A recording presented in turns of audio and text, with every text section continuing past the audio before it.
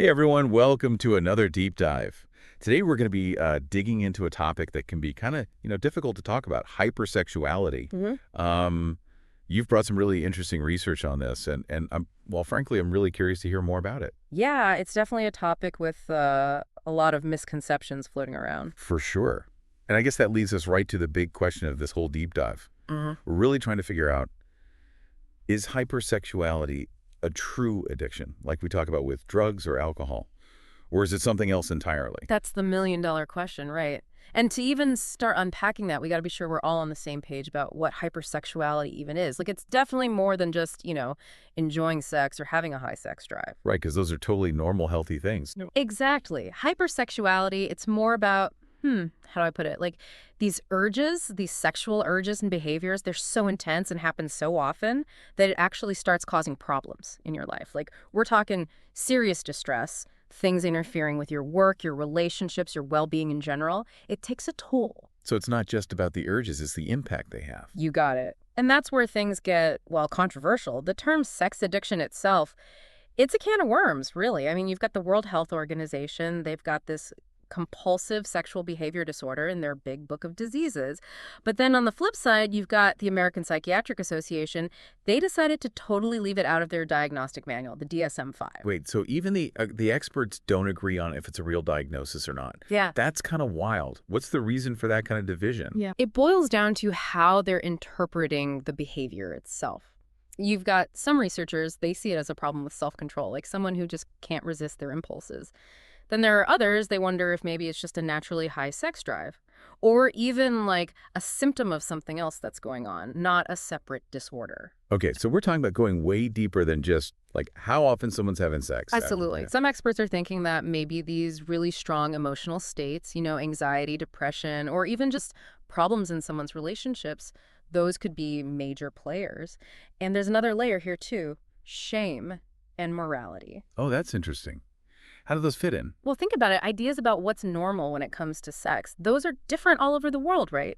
What's totally fine in one culture might be a huge no-no somewhere else. Yeah. That can create a ton of conflict inside someone, especially if they're already struggling with urges that they think are, like, wrong or shameful. Yeah, it's like we all grew up with these messages about sex, right? From our families, our cultures, even just like what we see in movies and stuff. And if those messages are super strict or restrictive, it makes sense that they could come back and kind of mess with you later on, especially if you're dealing with these really intense urges. Exactly. That inner conflict can be huge. And it actually ties into something you mentioned earlier about the impact of these behaviors. Get this.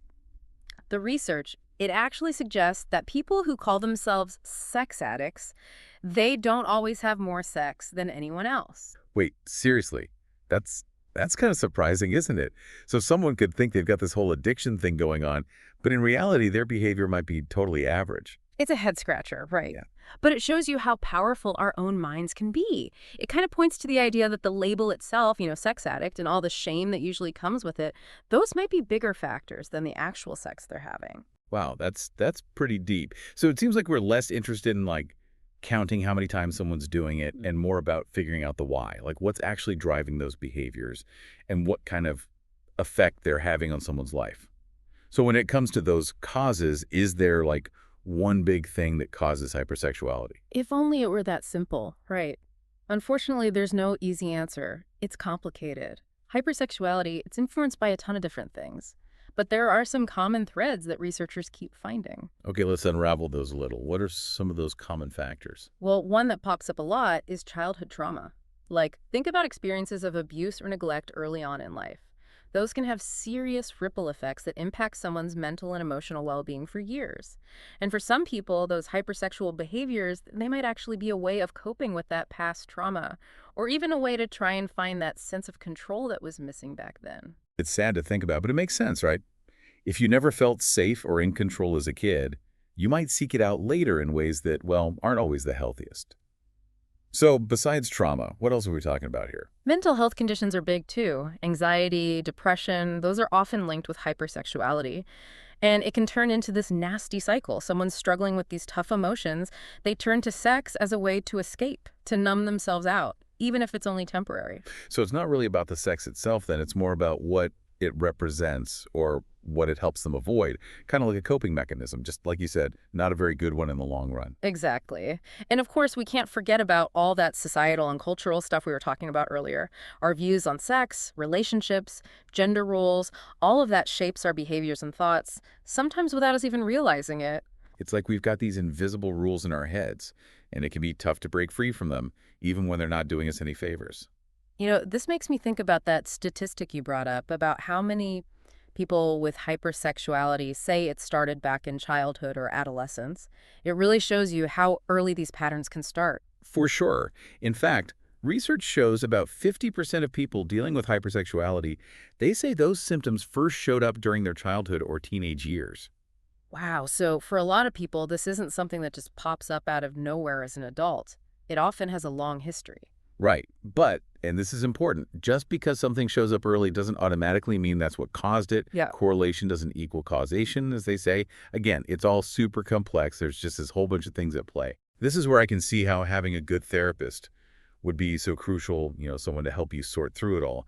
But like we talked about earlier, if hypersexuality isn't even officially a diagnosis in that DSM book, what does treatment even look like? Where do you even start? Yeah, that's the big question, isn't it?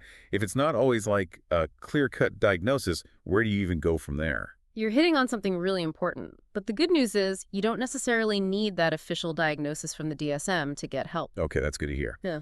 So even without that label, what can someone do to address these challenges? Therapy, counseling, those are going to be key no matter what you call it. Whether someone sees themselves as a sex addict or they use the term hypersexuality, or maybe they just want to feel more in control of their urges, therapy gives them a safe place to really dig into those feelings and figure out some healthier ways to cope. I like that you brought up coping mechanisms. hmm What does that actually look like? What are some things someone might learn in therapy to help with that? So therapy can help someone identify their triggers. What are the specific situations, the thoughts, the feelings that usually come right before those urges hit? Once you know what those are, you can actually start coming up with strategies to handle them.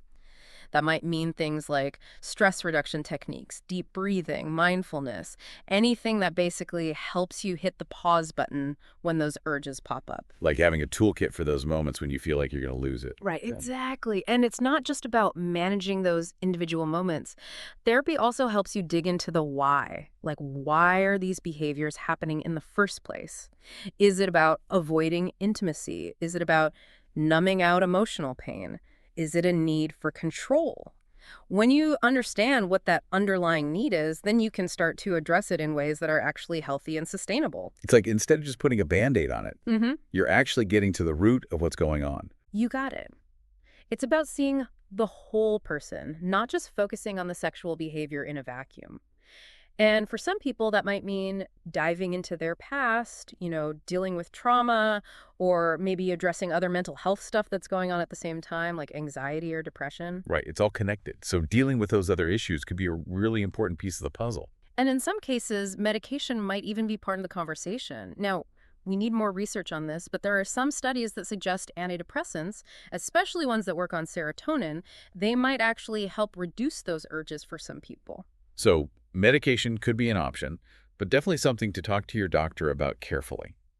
It seems like there's no one right answer when it comes to treatment, which makes finding the right therapist even more important. Couldn't agree more.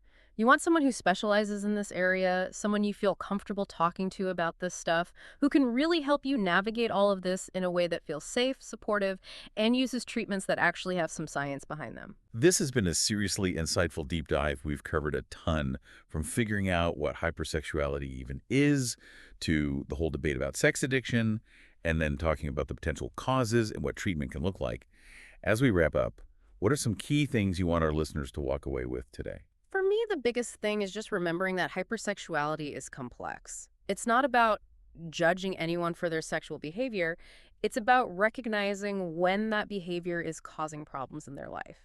And no matter what you call it, there's help out there, and therapy can be super effective in helping people regain control, find those healthier ways of coping, and ultimately just live happier, more fulfilling lives. Absolutely. It's about approaching all of this, and really any aspect of sexuality with empathy and understanding. Be willing to question those assumptions we all have. And if you're struggling, please know that asking for help is a sign of strength. As we learn more and more about the brain, about trauma, about how complicated human behavior really is, my hope is that we'll just keep getting better at understanding these issues. I'm with you there. This conversation isn't over, and the more open and honest we can be, the better equipped we'll be to support the people who need it. To everyone listening, thank you so much for joining us on another deep dive. If this episode got you thinking, keep the conversation going, do some research, talk to the experts, and most importantly, be kind to yourself and to each other. Until next time.